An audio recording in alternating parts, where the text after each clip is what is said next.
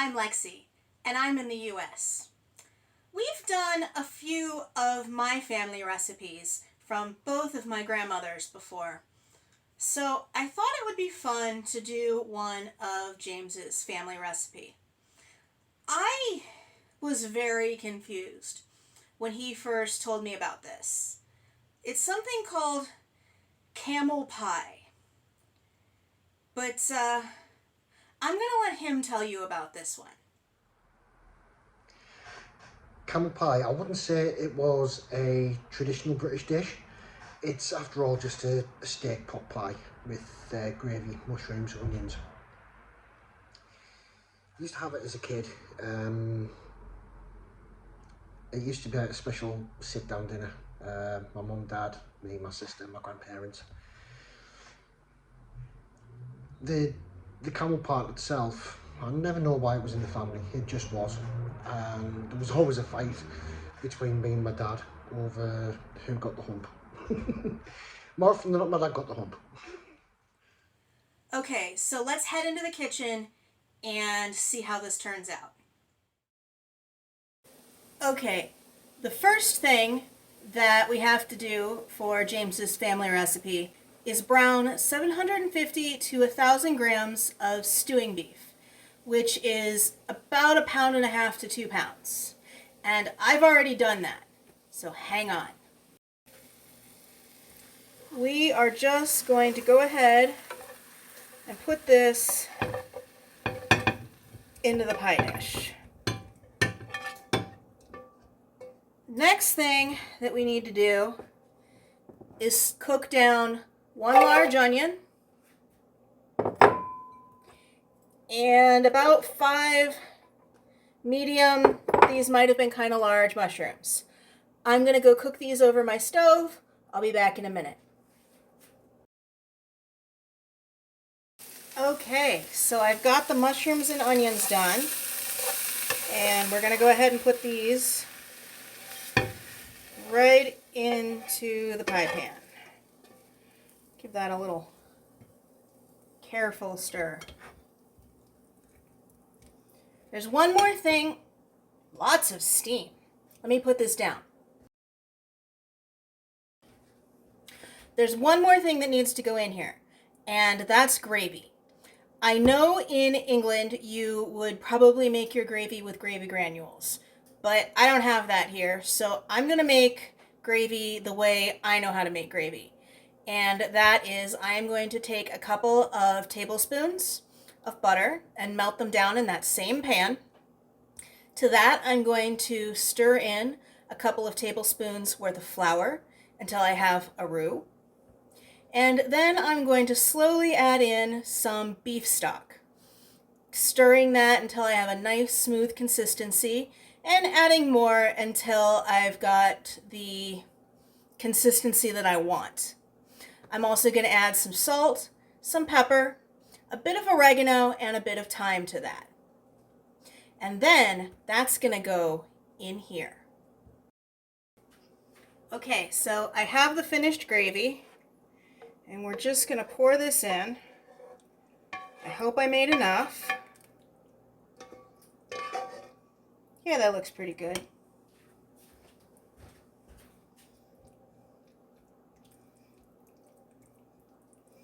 Okay. Now this part, I probably asked James about 4 times to make sure that I was understanding. First, we've got some store-bought puff pastry.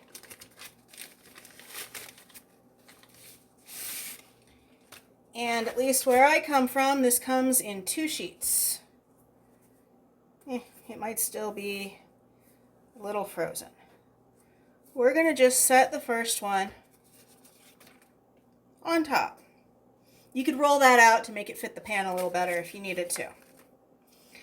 Then the part that makes it a camel. We're going to take this nice oven-safe ramekin and put it upside down right on top. And then this other piece of pastry goes over it. I forgot a knife. Knives are right in front of me. I did not forget a knife. We're going to cut off some of this excess, which is hard to do without cutting through the top pastry. So maybe if you measure your ramekin first and figure out what size circle you're going to need, that might go a bit smoother for you. Any kind of oven-proof cup or dish will work. Excuse me 1 second. My idiot cat just jumped on the counter. Okay. Don't worry, I'm gonna bake this up as like crispy strips for dipping.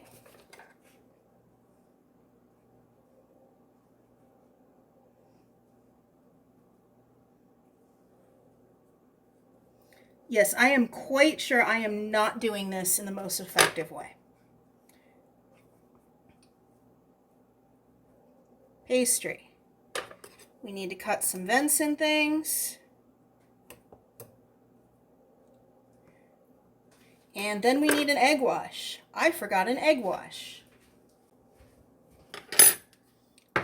All you need for an egg wash is an egg,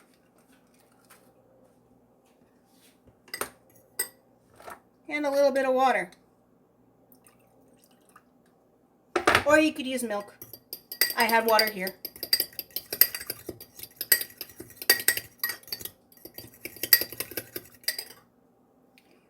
This is going to help this pastry get all brown and delicious looking. And if we stick a little bit under here, it's also going to help this circle thing glue down.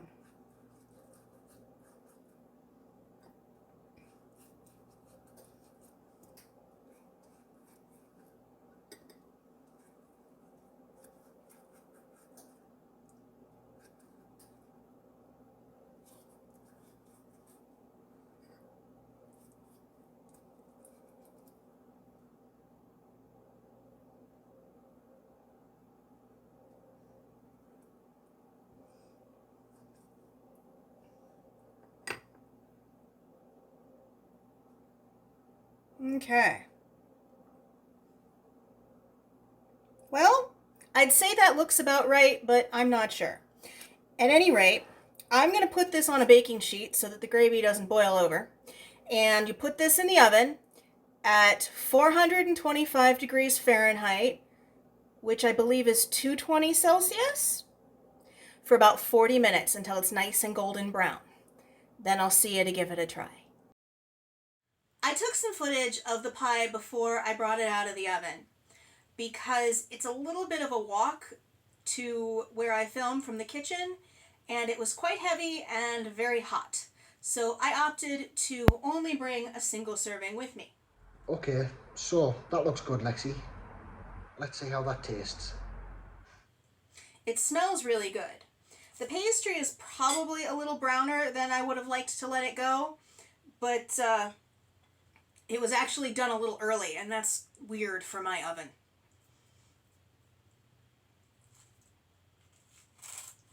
It's very crispy.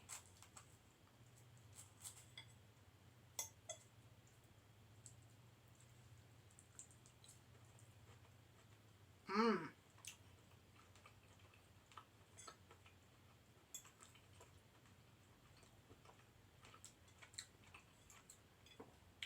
This is really good. I love mushrooms, so the mushrooms in this are great.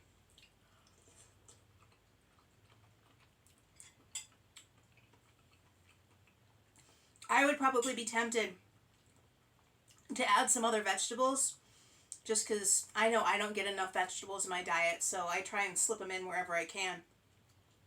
The meat is really good. I was worried about it being tough, but it's not. And